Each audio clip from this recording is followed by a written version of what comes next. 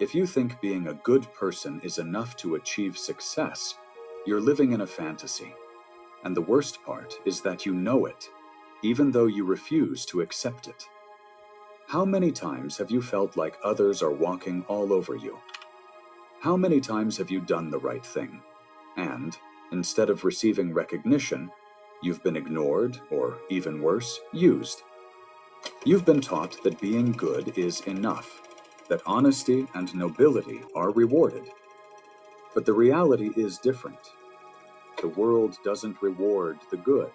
It rewards those who know how to play their cards well. And this is where Machiavelli comes in. Machiavelli understood something that most people ignore. Human nature is selfish, fickle, and cruel when necessary. In The Prince, he made it clear that virtue without cunning is a weakness, that goodness without strategy is a trap. And now tell me, how many times have you fallen into that trap? Think about those you admire, those who have achieved great things. Do you think they got there only with good intentions? No. They got there because they knew how to move in the shadows when necessary, because they understood that morality is not an obstacle, but a tool. Knowing when to show it and when to hide it is the difference between being a player and being a pawn. The problem is not that you are good. The problem is that you don't know how to protect yourself. You believe that others are playing by the same rules as you, but that's not the case. The world is full of predators disguised as friends, of opportunists who can spot naivete from miles away. And you, without realizing it, have been the perfect target. This is where Machiavelli offers you an alternative.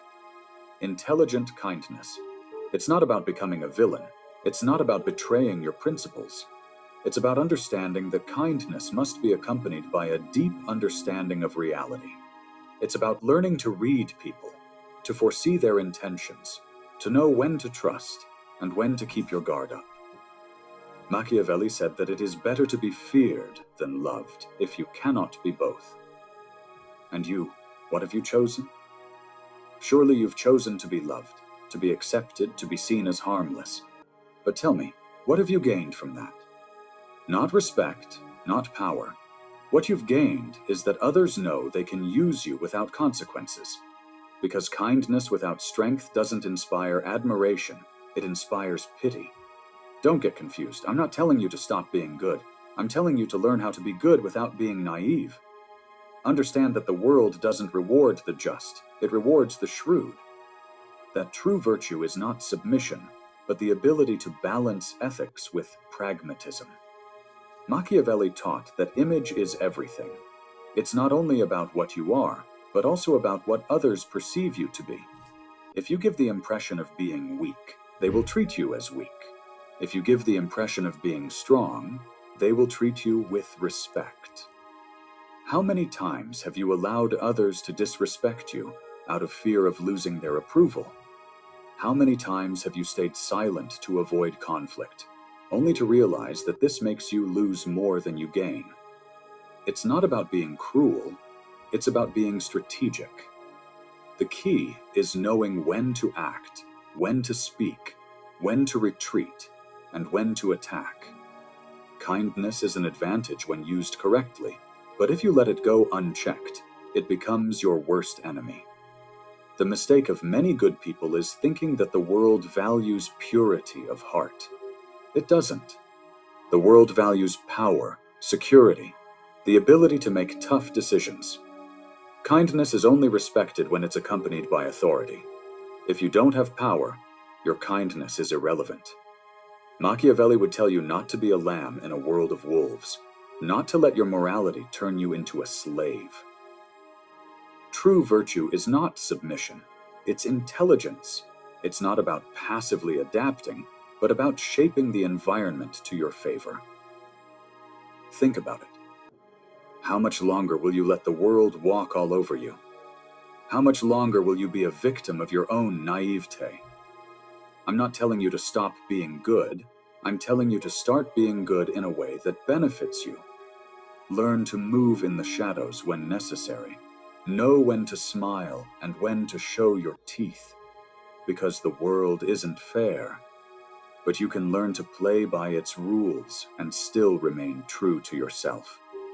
Machiavelli didn't write The Prince to teach you to be evil. He wrote it to teach you how to survive. And now tell me, are you going to keep living in the illusion that kindness is enough? Or are you going to start applying true intelligence? And here comes a concept that very few understand: the perception of power. It's not enough to be strong. You have to appear strong. It's not enough to have intelligence. You have to project it. Because in this world, reality matters less than the perception others have of you. Think about this. How many times have you seen an incompetent person go farther than a talented one? How many times have you seen a manipulator rise while a noble and hardworking person remains stuck? This is no accident. People don't follow the good or the just. They follow the one who seems to be in control, the one who knows how to manage their image, the one who projects authority, the one who, even though they don't have all the answers, acts as if they do. And this is where many fail. They believe that the truth, by itself, is enough, that true competence will speak for them. But the world doesn't work that way. The world doesn't reward those who are right. It rewards those who know how to sell their version of the story. Machiavelli understood this perfectly. It's not just about what you are, but about what others believe you to be. Perception is everything. An insecure leader doesn't inspire confidence, even if they're the most prepared. A worker who doesn't know how to make themselves noticed will never be promoted, even if they're the best. A man or woman who doesn't project value will never be desired, even if they have a lot to offer. That's why the key is not just in being, but in mastering the narrative about yourself. Learning to control your image, to create the right impression in every situation. It's not about deceiving. It's about directing the attention of others to what you want them to see. Think about this. In any social interaction, people don't perceive reality as it is. They perceive it through filters of assumptions, prejudices, and emotions. And the question is, are you letting those filters play against you, or are you using them to your advantage? If you're good but seem weak, they will treat you as weak. If you're just but seem soft, they will trample on you. If you're talented but seem insecure, you will be ignored. It's that simple. The art of perception is what separates those who control their destiny from those who are controlled by others. And here we enter a darker but necessary area: the control of information. Have you ever wondered why the most powerful always seem to know something that others don't? Why do those who dominate the game always seem to have an advantage? The answer is simple: because they know when to speak and when to stay silent. Naive people believe that absolute honesty is a virtue, that always saying what they think and sharing everything they know is the right thing to do. But in reality, information is power, and you can't give away power without consequences. Machiavelli said that a prince must know how to hide their true intentions, not because they should be a liar, but because in a world where everyone seeks an advantage, the one who reveals too much becomes vulnerable. Learn to control what you share, to say only what's necessary and nothing more, to maintain a certain mystery, to make people wonder what you really think. Because the moment you become completely predictable, the moment others can anticipate every move you make, you lose any strategic advantage you might have had. The greatest players in history, in politics, business, art, or any field, understood this. Strategic silence is as powerful as speech. Think of someone you admire, someone with real influence. Are they someone who says everything, who exposes themselves completely, or someone who always leaves something in the shadows, who always has a hidden card? The problem with many is that they confuse transparency with weakness. They believe that if they don't reveal everything, they are being dishonest. But it's not about lying, it's about controlling the flow of information to your advantage. Think about this. How many times have you spoken too much and it has hurt you? How many times have you trusted the wrong person, revealing something that later turned against you? How many times have you given explanations that no one asked for, just to justify yourself to people who didn't even deserve it? Power is not in speaking more. Power is in knowing when to speak and when to stay silent. And here comes the big lesson that almost nobody applies. The one who speaks the least, the one who explains the least, is the one who commands the most respect. Why? Because silence creates uncertainty. Uncertainty creates curiosity, and curiosity gives power. If you always say what you think without a filter, people will lose interest. If you always explain your actions, people will assume you need to justify yourself. But when you only speak when necessary, when you choose your words carefully, when you leave room for interpretation, people will start paying attention to you for real. And here comes another fundamental concept: the art of unpredictability. Predictable people are easy to manipulate. If you always act the same way, if you're always predictable in your responses, emotions, and decisions, others will be able to anticipate you. They will be able to use you. But when you're unpredictable, when people are never sure of what your next move will be, you become dangerous. And when you're dangerous, they respect you. Machiavelli understood this better than anyone. A leader who can be read like an open book is a weak leader. But a leader who maintains a certain level of mystery, who changes when necessary, who never lets others label them, that is the leader who stays in power.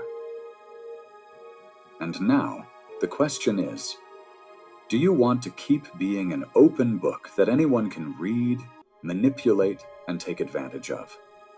Or do you want to start being a strategist, someone who controls their image, their information, and their unpredictability for their own benefit? Because kindness without strategy is just an invitation to be devoured. The world doesn't change its rules for you. So learn to play with the rules that really exist, not the ones you've been made to believe. And if you do it well, if you apply what really works, then, for the first time, you will stop being a victim of the system and start being one of the ones who dominate it. But here comes the most interesting part: the art of strategic distance. Many believe that the key to power is to always be present, to be omnipresent, to make yourself noticed at every moment. But the reality is different. The one who is too available loses their value. Scarcity creates desire. Absence creates impact. Think about this. Why do certain people generate more respect just by being present, while others, no matter how hard they try, never seem to impose authority? The difference lies in the perception of their value. Machiavelli said that a prince should avoid becoming too accessible, not because they should disdain their people, but because excessive familiarity destroys respect. When you're always there, when you give without measure, people start taking your presence, your effort, your generosity for granted.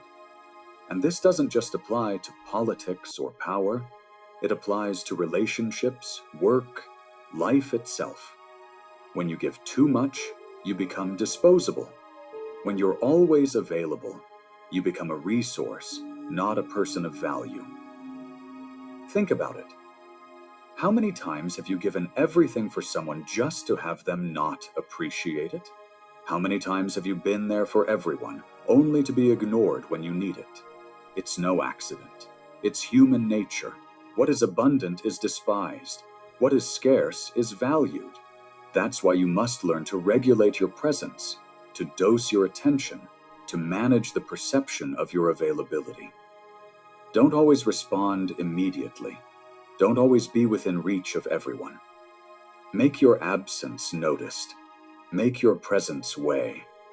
Because when you learn to disappear at the right moment, when you learn to regulate your energy, people will start looking for you. The problem is that most people fear disappearing.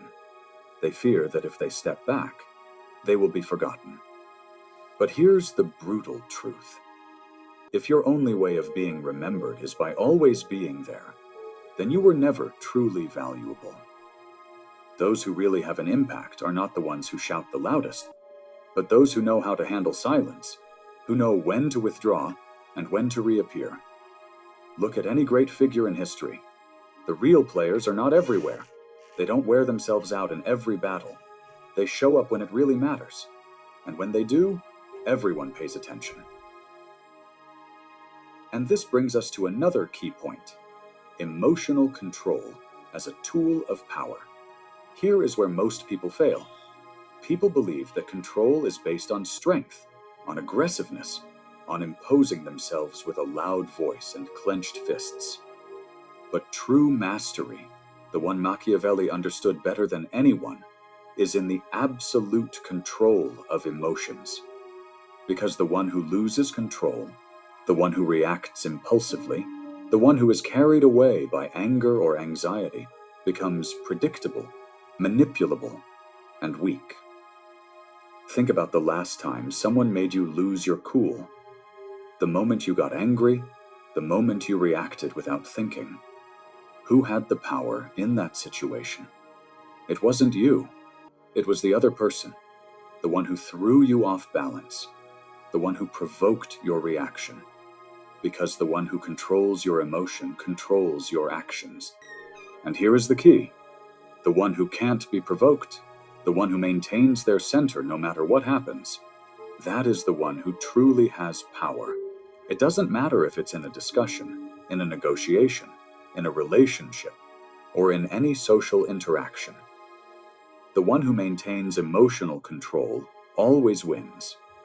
Because the one who controls their emotions controls the perception others have of them. Machiavelli made it clear: a prudent man must act at all times with coldness and calculation. It's not about not feeling. It's about not being a slave to what you feel. It's not about being a reactive animal that anyone can manipulate. And if you apply this correctly, you become impenetrable. Others may try to get under your skin, they may try to provoke you, but if they can't move your center, if they can't predict how you'll react, they lose control over you. Here's the truth. Those who really dominate the game are not the strongest. They are the ones who remain calm while everyone else loses their head. And this leads us to the final key point: the power of strategic patience. Most people want immediate results. They want success now, respect now, power now. But what Machiavelli taught, what the great players in history have applied time and time again, is that true power does not belong to those who act impulsively, but to those who know how to wait for the perfect moment to move. The world is full of people who rush, who act without thinking, who make decisions without considering the long-term consequences. But those who really control the game know how to wait. They know how to observe. They know how to calculate. Think of a hunter. They don't shoot at the first movement. They observe, measure the distance, wait for their prey to be in the exact position. Only when the moment is right do they strike. This is the game of power. It's not always the one who moves first that wins. It's the one who moves at the right moment. Machiavelli said that fortune favors those who know how to adapt to circumstances. It's not about running in every direction. It's about knowing when to accelerate and when to slow down. Mediocre people act on impulse. Strategists wait for their opportunity. And now I ask you, are you one of those who rush in without thinking, Or one of those who waits for their moment to strike with surgical precision? Because in this world, power does not belong to the fastest. It belongs to the smartest, to those who know how to handle perception, information, distance, emotional control, and strategic patience. And if you apply all of this, you will stop being a victim of the game and start being a true player. The world will remain ruthless, but now you will know how to play by its rules. But here comes what truly makes the difference between those who just survive and those who dominate their destiny: the ability to become an anomaly in the system. Because now you know. Now you understand that kindness alone isn't enough, that perception is everything, that emotional control is a tool of power, that strategic patience beats impulsiveness, and that scarcity increases your value. But what good is all of this if you keep acting like everyone else has until now? If you want different results, you must become someone who doesn't conform to the traditional rules. Not in the sense of breaking them without purpose, but in the sense of rewriting the script. The problem with most people is that they think within the limits that have been imposed on them. They follow the same patterns, they react as expected, they move within what is acceptable or expected. But those who truly leave a mark, those who change the game to their advantage, are the ones who dare to be unpredictable, to play with new rules, to do what no one expected. And here's the big secret. The world is designed to devour those who conform. If you do the same as the rest, you will get the same results as the rest. And that means mediocrity. That means being another forgotten name in the endless flow of time. The only way to win is to step out of the mold. Be the one who acts differently, the one who doesn't react as others expect, the one who always has a hidden card, the one who is never completely understood or anticipated. Be the one who, when they speak, people listen because their word is not cheap. When you learn this, something changes within you. You realize that you were never weak. You were simply not playing with the right strategy. You realize that people haven't been ignoring you because you're not worth it, but because you never knew how to project your value. But now you know. And knowing this is dangerous, because the moment you apply it, there's no turning back. The moment you start controlling your presence, your image, managing information as a tool, using silence as a weapon, you will start noticing how the world reacts differently to you. The people who used to ignore you will start paying attention to you. Those who used to underestimate you will begin to wonder what changed in you. Those who used to manipulate you will begin to fear making a move against you, because you are no longer the same. Now you are someone who understands how the game board works. And here comes the most important decision. Are you going to apply this, or are you going to return to ignorance? Because what separates those who thrive from those who fall behind is not knowledge, it's action. You can stay here, with this information floating in your head as an interesting but harmless idea, or you can start implementing it. The choice is yours. But I warn you of something. If you go backward, if you keep acting as you did before, you will do so with the awareness that you're choosing to be invisible. You're choosing to remain ignored. Or you can start changing now. Small movements, small trials. Apply some mystery in your interactions. Control your urge to speak too much. Respond calmly instead of reacting emotionally. Retreat at the right moment. Observe silently instead of rushing in without strategy. Small actions that over time change the perception others have of you. Small actions that when you least expect it will have transformed you into someone who can no longer be ignored. Because the world doesn't remember those who just existed. It remembers those who knew how to play the game. And now tell me, Are you ready to play it? If you've made it this far, I want to know who really understood the message. Leave the phrase, "power is in the silence," in the comments.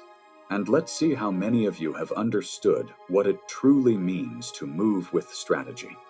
And if this video made you question something, if it made you see things from a different angle, subscribe, because this is just the beginning. See you in the next video. And remember, don't be another player in the system. Be the one who writes the rules.